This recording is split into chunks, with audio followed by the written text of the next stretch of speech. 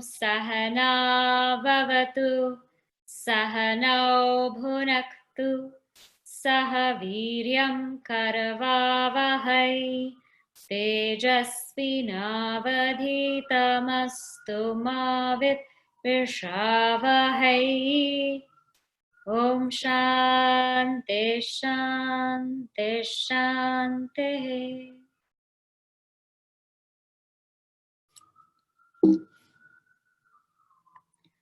Vakratunda Mahakaya Suryakoti Samaprabha Nirvignam Kuru Me Deva Sarvakaryeshu Sarvada. Saraswati Namastubhyam Varade Kamarupini Vidyarambham Karishyami Siddhir Bhavatu Me Sada. Samasta Jana Kalyane Niratam Karunamayam Namami Chinmayam Devam Satgurum Brahma Vidvaram.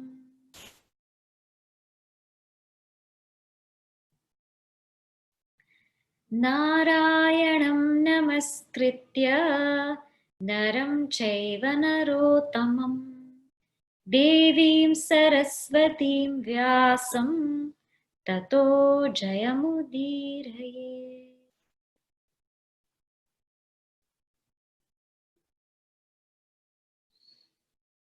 We invoke the grace and blessings of Bhagavan and Guru as we continue to study Jaya.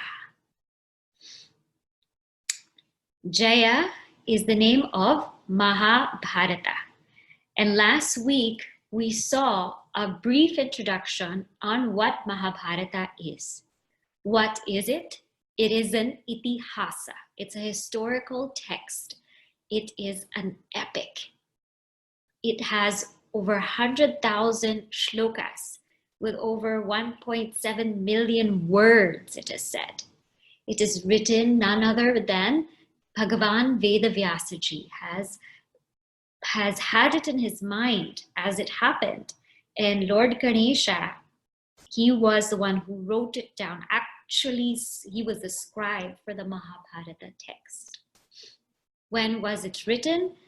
About 7,500 years ago, they say. And what is the central message of Mahabharata? We have seen Yataha Krishna Tato Jaya. Actually, Yataha Krishna Tato Dharma.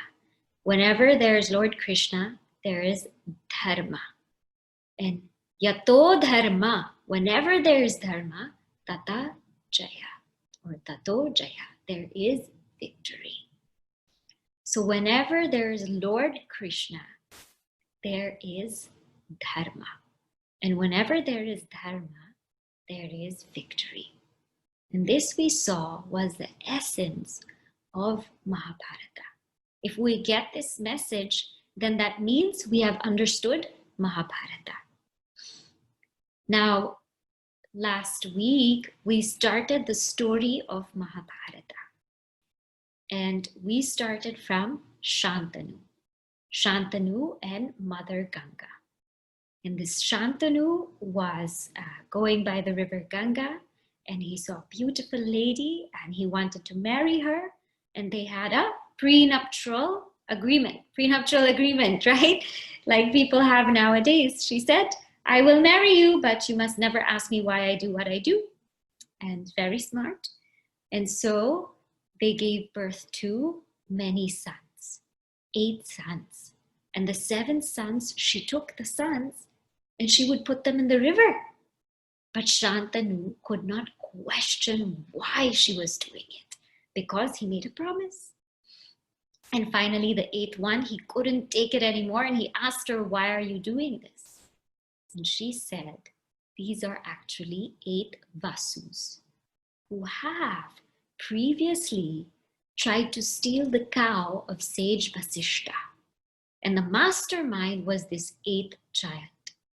And so they were cursed by Vasishta that they would have to come to an earthly life.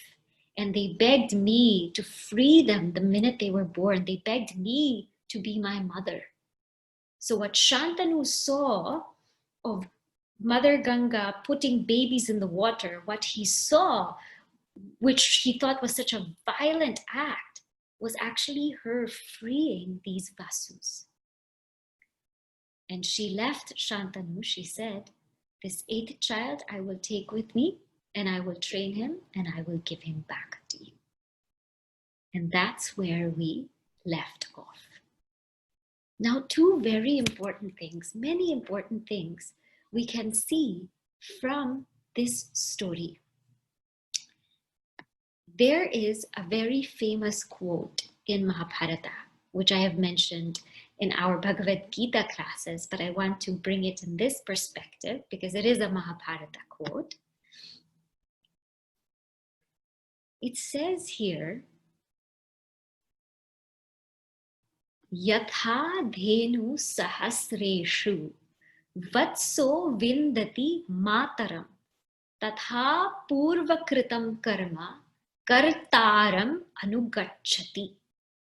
Yatha, just as sahasreshu dhenu, amongst 1,000 cows, vatso vindati mataram, amongst 1,000 cows, that vatsa, that calf, will find its mother, even amongst 1,000 cows, tadha purvakritam karma, just so our previous karmas, kartaram anugachati, our previous karmas, that previous action will always find its doer. There is no escape from the law of karma. We can't escape it. Unless we will see later on in the Bhagavad Gita about how knowledge burns karma. But in the Vyavaharic sense, when we do an action, there is no escape from the fruit. It will come find us. So in the same way, these Vasus, they couldn't escape. They couldn't escape. They had to go through it. So that is what we are seeing in this verse. Now, another thing also we see, we might ask, when will this happen? When will it happen? Achodhyamanani yatha pushpani cha phalani cha swakalam nati vartante tatha karma pura kritam. Which means achodhyamanani yatha, which means nothing forces with flowers or fruits, flowers, pushpani, and fruits, phalani, nothing pushes them or forces them to ripen. They ripen, swakalam, they ripen at their own time. Na ativartante, they do not transgress that, they ripen at their own time. In the same way, tatha karma pura kritam, just like whatever karma we did, those results, the karma phala, the actions, will come at the right time. There's no saying when it will come. It will come to us, but there's no saying when that will be. So the same way with these Vasus, we see that their karma phala came in that way. And that's how they had to exhaust it. So something that can seem so terrible from one standpoint, from Shantanu's standpoint, if we look at it from Mother Ganga's standpoint, it's actually the fulfillment of a karma. So that is something we can see from this story. And so 16 years, she trained this young boy. And he learned from Brihaspati, he learned from Vasishta, he learned from Parashurama, or who we call Bhargava. He learned the best from the best of the best. And 16 years later, when he was seen in the banks of the river Ganga, Shantanu saw him. Mother Ganga presented him, and she said, now you can take back your son. His name is Devavrata. And so he went back home with Shantanu. And Shantanu and his Shantanu and his son spent about 4 years together, and they were very, very happy together. One day now, Shantanu went to the bank of Yamuna. This time, Yamuna. There, in that bank of Yamuna, there was a very, very sweet smelling scent. There was a very sweet smelling scent, and he just wanted to follow it. He just wanted to follow it because he couldn't take his mind off it. He just smelled so good that he wanted to just follow it. So he followed that smell. And that fragrance actually came from a very beautiful lady. And her name was Satyavati. So now what does Shantanu say? He says, you're so fragrant, you're so beautiful, I want to marry you. And she says, okay, but you must go to my father first. You must ask permission from my father. So Shantanu was so excited, because he had been feeling lonely now. Mother Ganga had left him. He had this son, Devavrata, and now his life would be full if he could marry again. And she was the daughter of a fisherman. And this fisherman said, I know who you are. You are the king of Hastinapur. And your son is Yuvaraja, means he's been crowned as the young prince. But it is said that my daughter's children should be the heir of the kingdom. So if you want to marry my daughter, then her sons should be the heir of the kingdom, not your son. So this Shantanu was very, very disappointed. He was very disappointed, and he left. He went back. Now he went back, and the son could sense what was happening with the father. The son and father, they can sense all of these things, and they talk to each other. And so the father said, Devavrata, I only have one son, and having one son is like having one eye. What will happen if anything happens to you? What will happen to the kingdom? All this drama he was making. But Devavrata said, must be a girl. He was old enough. He said, must be a girl. And so he went to his father's charioteer. He said, tell me what happened. So the charioteer of the father said, listen, your father will not like it if I tell you, but this is really what happened. And, he fell in love. And she wanted her son to be the heir of the kingdom. So he said no, and he came home. This Devavrata was so upset. He said, how can anyone say no to my father? He is the king of Hastinapur. He went to that village. He just went to that village. And he knocked on that door. And he went to see this Satyavati. And he said, Namaste, I am Devavrata. I am here, and I've heard about what happened with my father. And the fisherman said, yes, your father wanted to marry my daughter, but, my daughter's sons should be king. And this Devavrata said, fine. I, Devavrata, from here on, the son of Shantanu, the Yuvaraja of Hastinapur, I vow that I will never be king. I vow that I will never, ever be king. And so this fisherman was so shocked how much this son, this Devavrata, how much he loved his father. And then the fisherman was very smart. He said, listen, you might not be king, but you will get married and then your son might be king. So this Devavrata said, this fisherman is too much. He said, I, Devavrata, I vow that I will never marry. I will never marry. And this fisherman said, wow. And later on, this Devavrata goes on to take a third vow that he will be loyal to whoever is in the throne of Hastinapura. He takes these vows, and because this Deva Vrata takes these vows, he is known as Bhishma. Bhishma means terrible. Terrible because he took these vows which were so difficult. Imagine you are the son of the king, and in one go, you renounce the entire kingdom. You renounce wealth, you renounce the entire kingdom, you renounce power. In one go, he renounces married life. He takes up brahmacharya. Oh, these are very difficult vows. Wealth, progeny, he gave it up. And he pledges to be loyal. Because of this, he got the name Bhishma. He took Satyavati, and he took Satyavati back to the kingdom.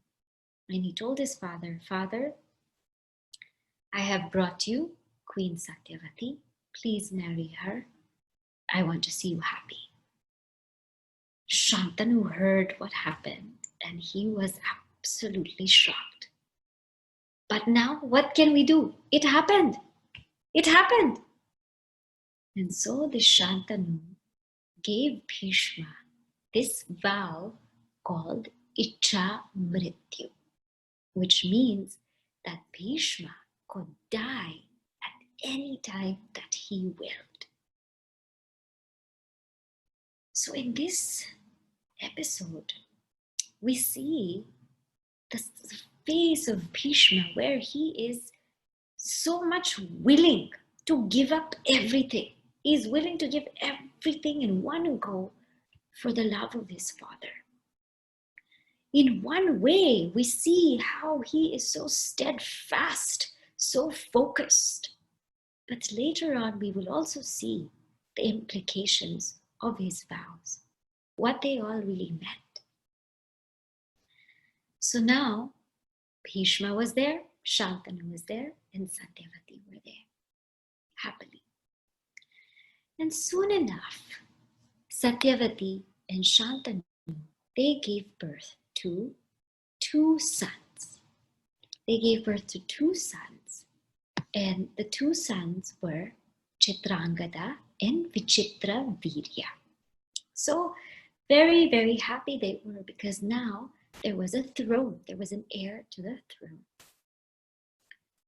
Bhishma, of course, wouldn't be heir, but we had Chitrangada, we had Vichitra Virya. Now, eventually, Shantanu passed away. He was getting sick, he was getting old, and he passed away. Now, Chitrangada and Vichitra Virya were still too young to rule the kingdom. So Bhishma posed as the regent, means he ruled the kingdom on behalf of them. But Chitrangada was crowned as Yuvaraja. But one very peculiar thing happened with Chitrangada. There was a Gandharva with the same name Chitrangada. This only happens in our story. There was the Gandharva, the same name as Chitrangada. So he challenged this earthly Chitrangada to a duel. He said, how can you have the same name as me? Let's see who's better. And in this duel, this Chitrangada, which was Shantanu's son, he was defeated. So he died. So now this Chitrangada passed on. Shantanu passed on. Chitrangada passed on. Now we had Vichitra Virya, who was still quite young. And so Bhishma was ruling on his behalf. And as Vichitra Virya got to the marriageable age, Bhishma said it's time that he must marry. And so there was a Swayamvara held at Kashi. Now in traditional Swayamvaras, there's usually some kind of challenge, and the lady usually is able to garland or to choose who her husband is. There's usually some kind of challenge that they propose, and the lady chooses whoever wins, and she marries him. Now in this Kashi Swayamvara, they did not tell the people in Hastinapura. They did not tell this Kuru dynasty, which Bhishma took as an insult, because usually they would come to tell them. But they knew of Bhishma's vow, and probably Vichitravirya was not, that much mature yet. So anyway, Bhishma decided that he is going to that Swayamvara, and no matter what, he's going to take brides for Vichitravirya. He just was very adamant. Now, whether it was right or wrong, what he did, now this Mahabharata, we can go on judging so many instances. But for now, just see things as they are, and later we'll go and analyze what exactly happened. So Bhishma goes to this Swayamvara, and there are 3 princesses there: Amba, Ambika, Ambalika. And he goes and he captures all of them. There is this one Shalva who tries to defeat Bhishma. But Bhishma, he's undefeated. I mean, he learned from Mother Ganga. He learned from Parashurama. He was very, very great at archery, at divine weapons, at everything. And so this Shalva tried to defeat Bhishma. So many tried to defeat Bhishma, but nobody could. And Bhishma took these 3 princesses, and as he was taking them, when they were getting to Hastinapura, this Amba says, Bhishma, you took me, but I was in love with somebody else. I was in love with this Shalva. And in fact, I was about to garland him, and then you came. He said, but why didn't you tell me? She said, well, you so fast, you just came and you took us. And that Shalva tried to defeat you also. So Bhishma said, okay, we'll send you back. We'll send you back to Shalva. We'll send lots of gifts, and you please go be with him. And Ambika and Ambalika can be with Vichitravirya. And Ambika and Ambalika also, they said, they agreed. They agreed to be married to Vichitravirya. So now this Amba goes back to Shalva because she loves him. They were about to get married. This Shalva says, Amba, I can't marry you. I cannot, because as a Kshatriya, if I was defeated in a Swayamvara, I have no right to marry you. The one who has, won, he has to marry you. I cannot marry you. Even if he says that, he sent you back to me, I cannot marry you. And this Amba was so heartbroken. She was so heartbroken because she loved him and he loved her. And so she went back to Bhishma. She said, listen, Shalva's not going to marry me. You marry me. And Bhishma said, Amba, I took a vow. I took a vow that I will never marry. And I have to stand by that vow. I cannot marry anybody. So this Amba said, Bhishma, you must marry me. And she goes into the forest. She does tapas and she finds his teacher, Parashurama. And she tells him, you please tell Bhishma that he must marry me. You challenge him. And Parashurama challenges Bhishma also. And Bhishma doesn't even want to fight with his guru, but he doesn't want to break his vow. He doesn't break his vow. He fights with his guru, and finally he's about to release this terrible astra which will destroy the world, and everybody stops him and says, just stop it and accept defeat. Because your guru cannot be defeated. And so he accepts defeat. And Parashurama says, Amba, I tried, but he will not marry. He will not swerve. So this Amba, the severe tapas, she puts herself in fire and she is reborn as Shikandi. And this Shikandi was born as a woman, becomes a man. And this we will see later on. Now this Shikandi you take and you put later on. This Shikandi is born only to defeat Bhishma. She prayed to Shankara, and Shankara said, you will be born to defeat Bhishma. And she says, but I need to remember. He said, you will remember. You will remember. And you will defeat him. And so she's born, and this Shikandi now we will put aside. That's the story of Amba. Now what happens to Ambika and Ambalika? So they were happily married with Vichitra Virya. They enjoyed nicely.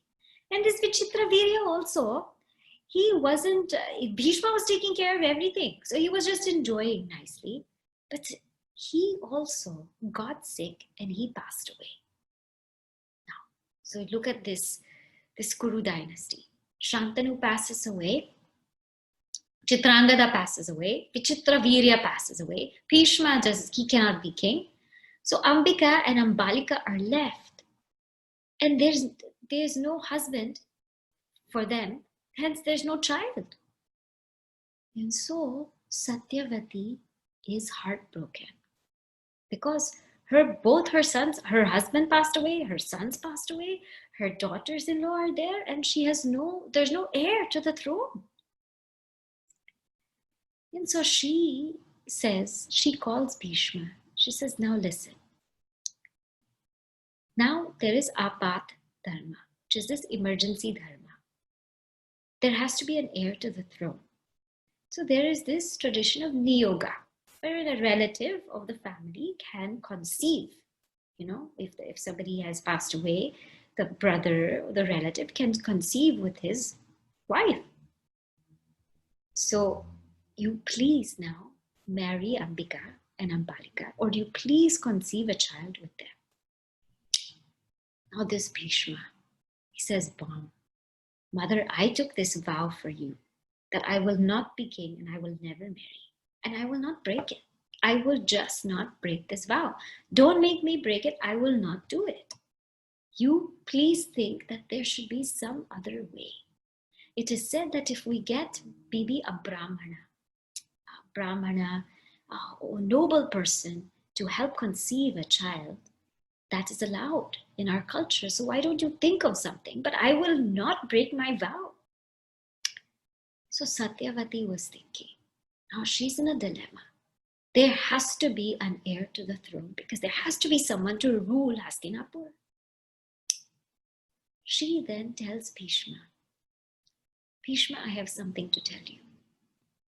Bhishma says, what? Bhishma, I have a son. I have a son. What happened now with Satyavati? So now, pause. Now we go to Satyavati's story. Now you have to be alert. Your mind can't wander. Too many characters, too many names, too many connections. This is one form of sadhana also. Okay? Satyavati's story. Satyavati was said to be born of an apsara. She came out of a fish body. So she was born with a very fishy smell. Her name was actually Matsya Gandha. Matsya Gandha. One day, she was visited by this Parashara Muni. Now this Parashara Muni, the divine will spoke to him that he must conceive with this Matsya Gandha. When these saints and sages, sometimes we wonder why they do the things that they do. This Parashara Muni was a Muni. He was a Rishi. Why did he have to go and conceive?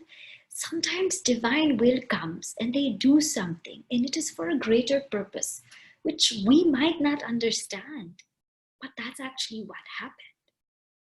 So he conceived with Matsya Gandha, and when he conceived with her, that fishy smell left and she became very fragrant. Now that son whom they conceived was none other than Vedavyasa. So Satyavati's son was Vedavyasa. So you can just imagine what was that noble birth. That Vedavyasa had to be born, and that's why that Parashara Rishi had that divine will came to him. And so this story is also very significant. When we look at the symbolism of it, all of us are born as jivas. And we're born with the stink of our vasanas, the stink of our negative vasanas from purva, previous janmas. When we meet our Guru, or when we meet Bhagavan, what happens is those negative vasanas, they change to become positive or fragrant vasanas, and we become transformed. And thus, this is the meaning of the story of Satyavati. So now Satyavati tells him, I have a son. His name is Vedavyasa. He's a Brahmana. He will come. When Vedavyasa was very young, his promise was to his mother was whenever she would think of him, he would come. Because he went, when he grew, up to a certain age, he went to live with his father. He learned all the Vedas. He learned all the mantras. So he lived a good amount of life with his father. But he promised his mother that whenever she would think of him, he would come. And that story of Vedavyasa is also very beautiful. Some other time, some other place, we will see. So Satyavati thought of Vedavyasa, and he came. He came and he said, Mother, what can I do for you? She said, now listen, there is no heir to the throne, and through Niyoga, I want you to unite with Ambika and Ambalika and produce an heir for the throne. But he said it must be okay with them. So Satyavati had spoken to them and she said, this is what we have to do for Dharma's sake. We need an heir, and this is the best heir that we can get. Somebody who is in the lineage, somebody who is actually my son, who is a Brahmana. So they said, okay. But it becomes very hard for them because they're very young and they were married to Vichitravirya. So it was said when Vyasa united with Ambika, she closed her eyes because it was very strange for her. And it is said when Vyasa united with Ambalika, Ambalika turned very pale. So Ambika's son was born blind, and his name was Dhritarashtra. And Ambalika's son was born pale, and his name was Pandu. And so Satyavati was very sad with the way things turned out because she had now, two grandsons, but one was blind and one was pale. So she said, Vyasa, you please go again to Ambika. But Ambika, instead of uniting with Vyasa, she sent her maidservant. And her maidservant united with Vyasa, and that maidservant was very happy, very, that it was a blessed union. That son was Vidura. So Vyasa told Satyavati, he said, Mother, your third son is brilliant. He's the incarnation of Dharma. He is wonderful. But he's the son of a maidservant. So now this Satyavati is in a dilemma. She has 3 grandsons, but all of them, what to do? Well, one is born blind, one is born pale. The one who is the very incarnation of Dharma, can't rule. So anyway, Bhishma still rules on behalf of them because they're very young. They're very young. And so slowly they grow, the boys grow. And so you see, Vyasa is actually the father of this Dhritarashtra and Pandu and Vidura. So you see, he's actually writing this Mahabharata about his own sons. So you can see what this Vyasa is like. Now, because Dhritarashtra was blind, he could not rule. So it had to be Pandu ruling on his behalf. And in Dhritarashtra, and because Vidura was the minister's, he was the maidservant's son, he also couldn't rule. So Dhritarashtra was always bitter about this fact. Although he was the eldest, he couldn't rule. It was Pandu who was ruling on his behalf. Time came when it was time for them to get married. So Dhritarashtra married Gandhari from Gandhara Desha, which was before Afghanistan. He married this Gandhari. Now Dhritarashtra was born blind. So this Gandhari knew he was blind. She willingly blindfolded herself. She said, if my husband cannot see and cannot enjoy the pleasures of this world, I will also blindfold myself. And I will also take this vrata. So Gandhari and Dhritarashtra were both, Gandhari willingly blindfolded, Dhritarashtra was blind. Pandu was married to Kunti and Madri. Kunti was actually Pritha. Pritha was the sister of Vasudeva, who was Lord Krishna's father. So this Kunti is actually Lord Krishna's auntie. She's Lord Krishna's aunt. So, and she was the daughter of, of this Sura, but his brother, Kunti Bhoja, didn't have any child. So then he adopted this Pritha. And so that's why her name became Kunti. So the important thing to know is that Kunti Devi is actually the aunt of Bhagavan Krishna. So Kunti Devi and Madri. Now this Pandu, so they were happily married. And once this Pandu was in the forest, and he was in the forest, and so everything, Bhishma thought everything is good now. Dhritarashtra is born blind, he can't rule, it's okay, because Pandu is there. This Pandu he's great with the military, he was a great commander, he was very well respected. And there was Vidura who served as a minister to Dhritarashtra. So Bhishma felt, okay, everything is going well. Once this Pandu was in the forest and he went hunting. Now he went hunting and it is said that he saw there deer that were mating. It was a couple that were mating. And he shot an arrow at them.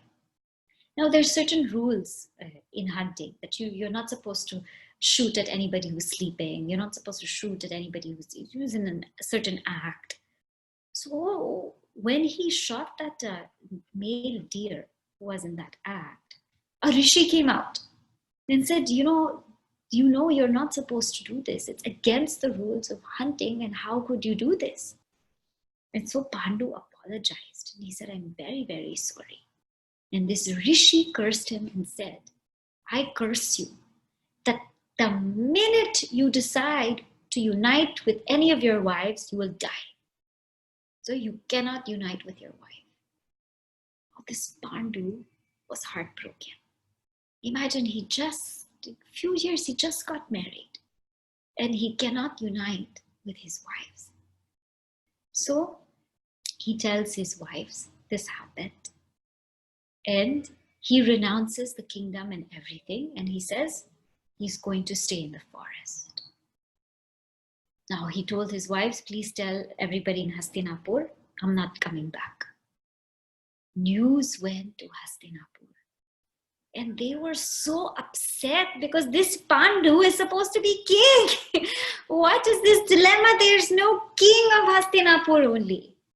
So this Pandu said, I'm not coming back. I must do tapas. I've done something wrong. I've done something terribly wrong. I must do what is called prayashchitta. I must make up for what I've done. And so he started living a simple life. And his wives also, they took off their jewelry. They also lived a very simple life in the forest. And so he renounced the kingdom. He said, I'm not coming back. And so this is what happened.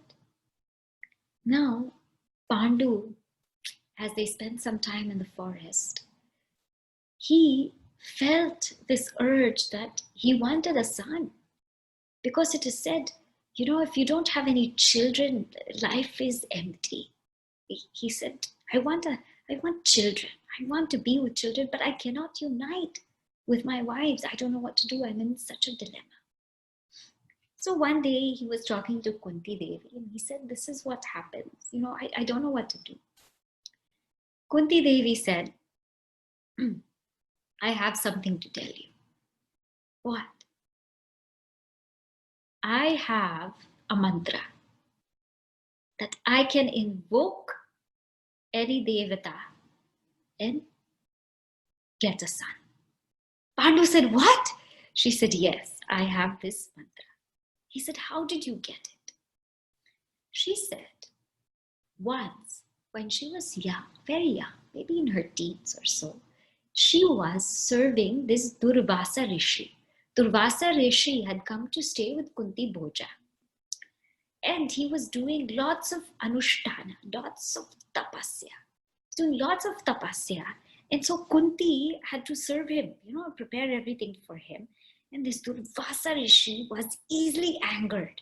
A little thing could tick him off. So everyone whenever Durvasa Rishi came, there was always a panic. There's always Durvasa Rishi's coming. You better not, they'll come also later. He goes to visit Duryodhana and how Duryodhana takes care of him. So this Durvasa Rishi is very peculiar. So Kunti tried to do everything to make sure that she served him well because he was a guest. So he said, I will give you a boon that whichever devata you invoke, he will come to you. He will come to you and he will unite with you. Now she was very young. And so she stopped there at the story to Pandu. But she didn't tell him what else happened. And what else actually happened was, she was very young. And she wanted to test out this mantra. She wanted to just see what this mantra was. What did he really mean? This was Durvasa. She said, he will come to you. He will unite with you. Now, she's very young. She didn't know what it meant. She was not sure. She wanted to test it. One day, she was out looking at the window and she was looking at the sun. And the sun was looking so beautiful, so incredibly beautiful. It was glistening. It was so bright. And she invoked Surya Devata. She chanted the mantra and she invoked Surya Devata. Now, unexpectedly, Surya Devata came to her. And he said, I am Surya Devata. And she was just taken aback. And he said, what can I do for you? She said, no, I don't want anything. I was just curious about this mantra, but I really don't want anything, He said, no, now that I have come, you didn't understand the Rishi's words. Now that I have come, I will give you a child. She said, but I'm so young. I'm not even married. What will my father say? What will people say? I'm so young. He said, but you asked me to come. I am here and I will give you a son. So Surya Devata gives her a son. This son was born with a kavacha. Kavacha means an armor and kundala means earrings. This son was born like that. Bright he was, glistening he was, beautiful he was. She took this little child. She said, now what to do with this child? She wrapped him in a silk cloth. She put him in a box and she sent him floating in the river. And she didn't tell anybody about this son. She kept it a secret. And this was the most painful thing for Kunti, because she would always see the sun and she would remember her own son. This son is the first actual Pandava. He's the first actual Pandava. He goes afloat the river and he is found by Radha and Atiratha. Atiratha is a charioteer and his wife Radha. One day Atiratha finds something there floating in the river, something glistening. And he is so curious because it's shining so brightly. And so he goes and he takes that and he realizes it's a son. And Atiratha and Radha could not have any children. So Atiratha takes this child and gives this child to Radha and says, Radha, this is our son. He came to us.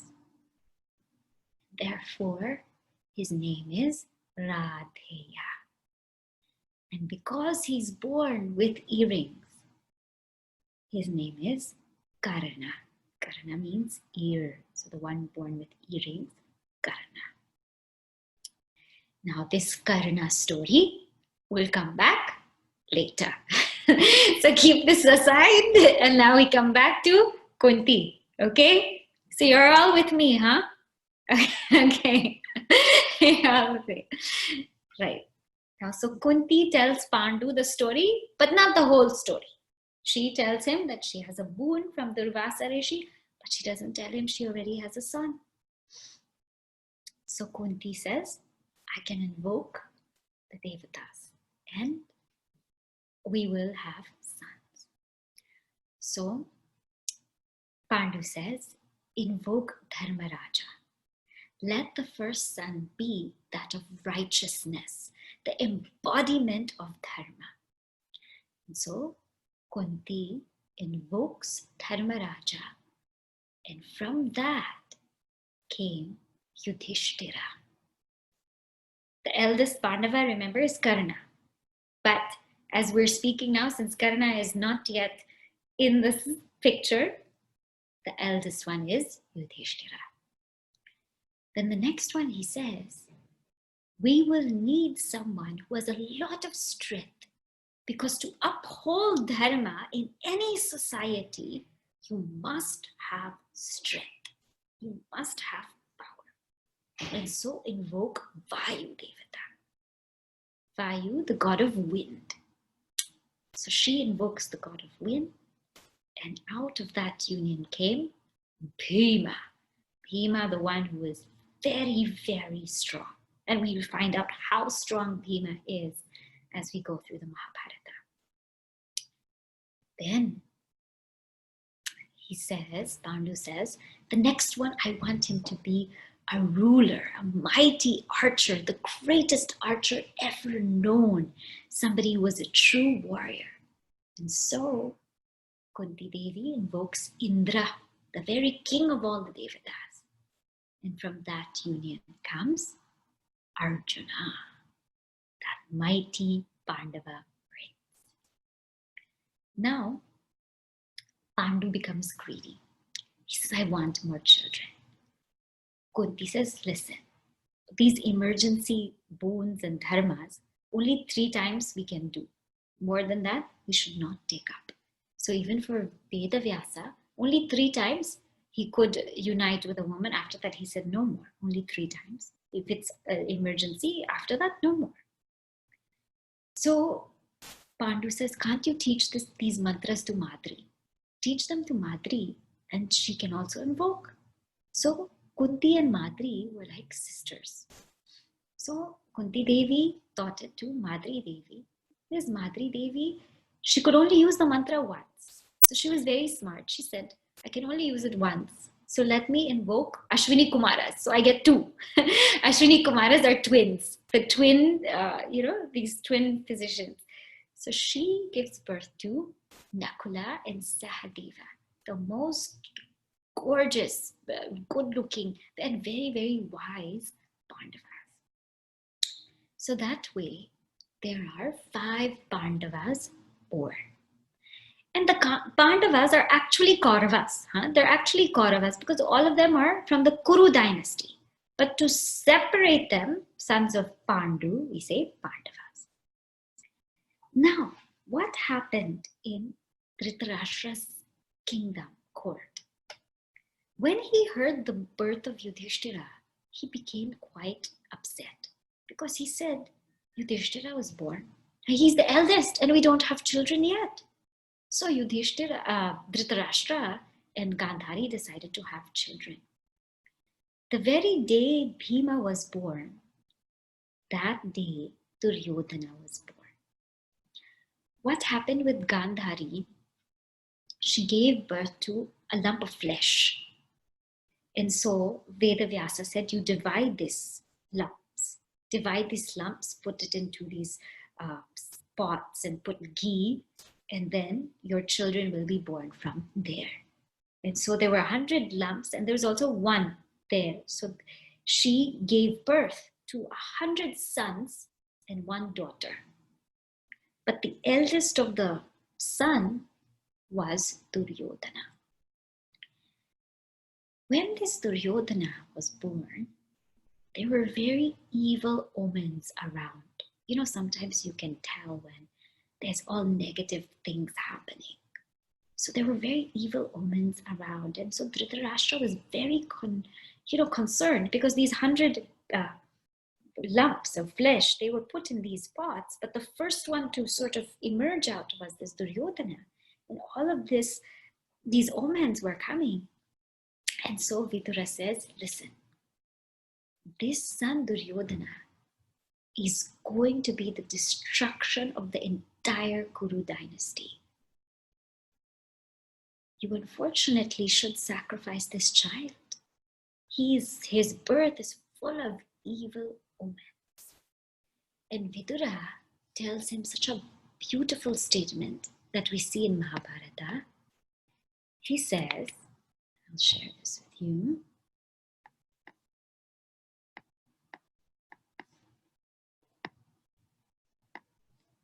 He says here, Tyajet kularthe purusham, gramasyarthe kulam tyajet, gramam janapadasyarthe atmarthe prithivim tyajet. He says, kularthe, for the sake of family, purusham tyajet, one can be abandoned for the sake of family. Gramasyarthe, for the sake of village, kulam tyajet, the family can be abandoned for the sake of the village. Janapadasyarthe, for the sake of the greater community, gramam tyajet, that village can be abandoned. And he says, atmarthe, for the sake of the self, prithivim tyajet, the world can be abandoned. And he tells these words to Dhritarashtra. He said, look at the big picture. Your son is going to be the destruction of the entire Kuru dynasty. Now Dhritarashtra, hearing this, what do you think he said? He said, no, I cannot abandon my son. I cannot abandon my son. And therefore, the Kauravas began with Duryodhana as the eldest son. Now, meanwhile, what happens? We're back to the Pandavas now. Back to the forest. Switch your mind now, okay? When I teach the kids, I have them do all these actions to switch scenes and all of that. But for you, I'm not going to have you do that just now. I'm saying switch your mind now, okay? Back to Pandavas. Years passed and boys grew up. 5 Pandavas grew up. They learned archery from a very, very known rishi in the forest. And so they were very strong and wise. Many, many years passed. It must have been some 18 years. And I think the kids were about 16 at this time. Pandu all of a sudden had an urge. He had an urge to unite with Madri. One day it was spring season. The spring season is also troublesome. Everything looks very beautiful and everything is, birth of new things and everybody gets, just seeing these things, Pandu was like, wow, it's spring season. And then he saw Madri, very beautiful. And sometimes, they got into this mood. He said, I must unite with Madri. And Madri said, no way. You remember your curse. You will die. And so she said, definitely not. But this Pandu was too strong. And so Pandu and Madri united, and Pandu died. Now this Madri was just heartbroken. She saw him lying there, and she went to Kunti and she said, "Don't call any of the children. I have to tell you something." And she brought Kunti Devi, and Kunti Devi saw Pandu and she said, "What happened?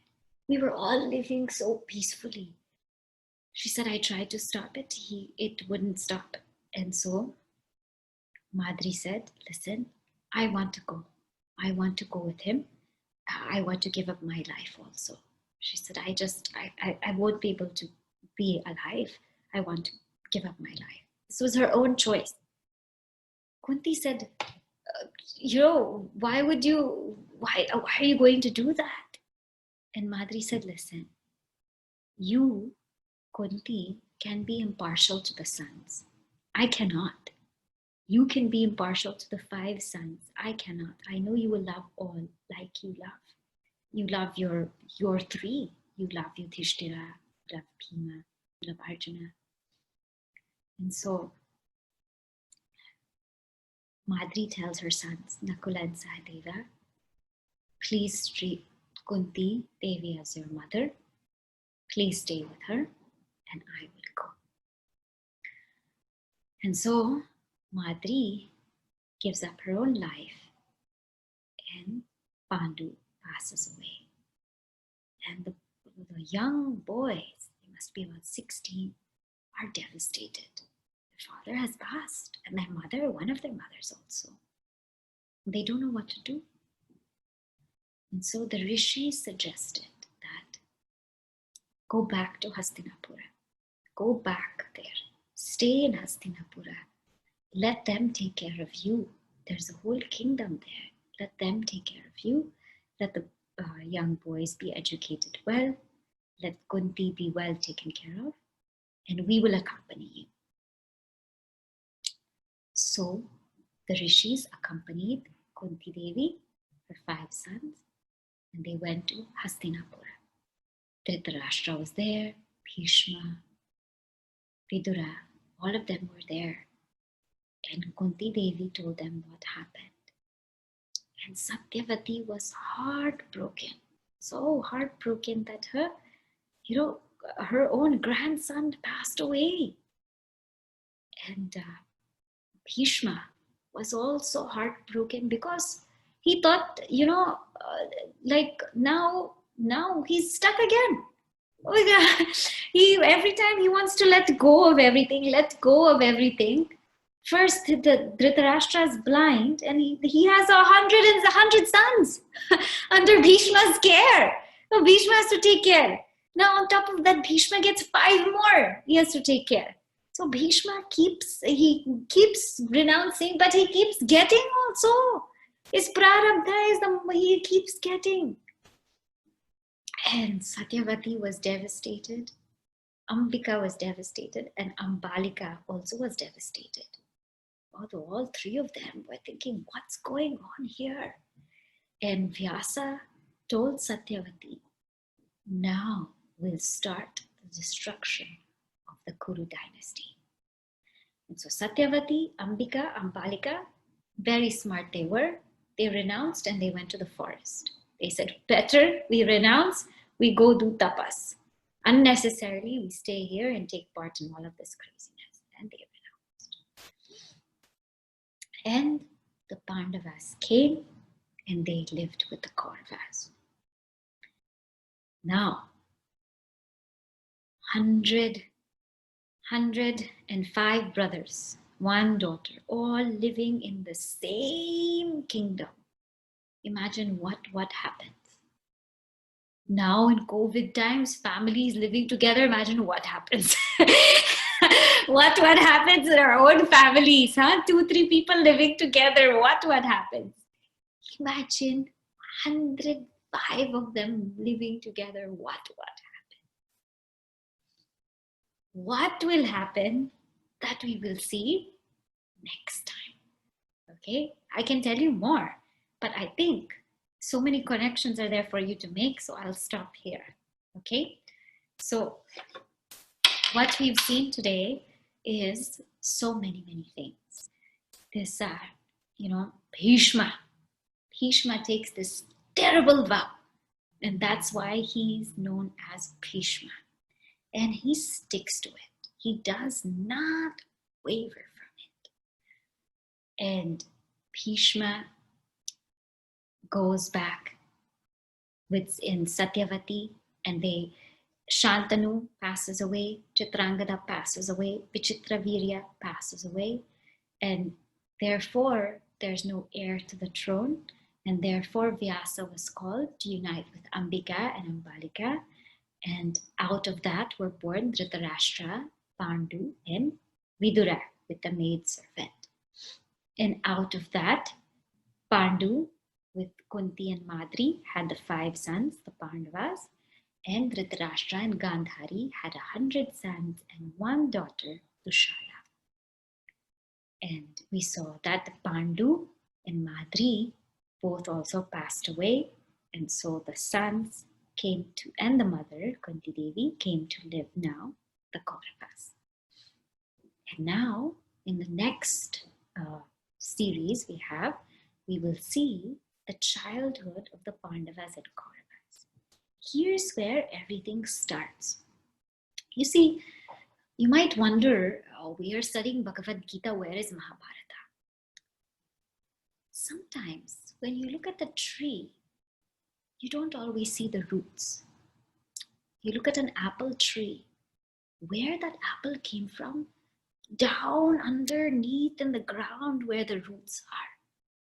And sometimes to understand that apple, you need to see the root of the tree. And therefore we are studying Mahabharata to see what the roots of these emotions and expressions are. So we understand how all of this came about. And when we study, it's not for us to judge why they did what they did. And as I told you, nobody in the Mahabharata is perfect except Lord Krishna. Everybody has their flaws. But it's for us to understand whatever they were going through back then, we're also going through now.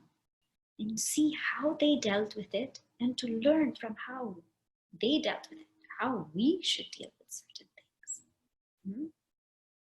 So take these as a lesson, as an introspection, as a reflection, and as a deep connection to what will emerge.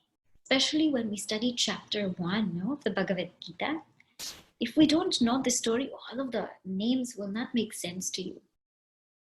Drishtadyumna, Chekitana, all these names, you're going to be like, what happened here? And no feeling will come. So it's for us to feel the story, to create the mood, and then to understand the whole picture that we are diving into this. And of course, to pay tribute to that great Vedavyasa, how he has written this whole story so beautifully, and such potent lessons he gives us, that for the sake of the higher, drop the lower. So with that, today we